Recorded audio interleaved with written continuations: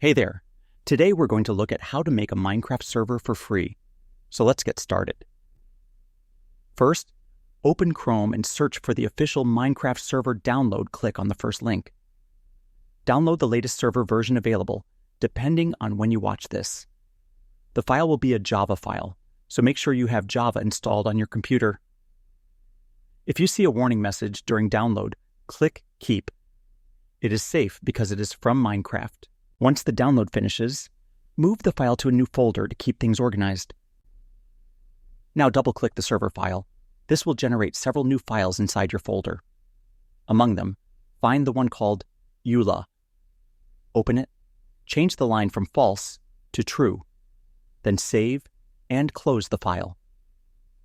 This step confirms you agree to Minecraft's end-user license agreement. Once done, double-click the server file again. This time the server will launch properly and start preparing the Minecraft world. You'll see a window pop up showing the server status. And that wraps it up. Appreciate you watching. See you in the next one.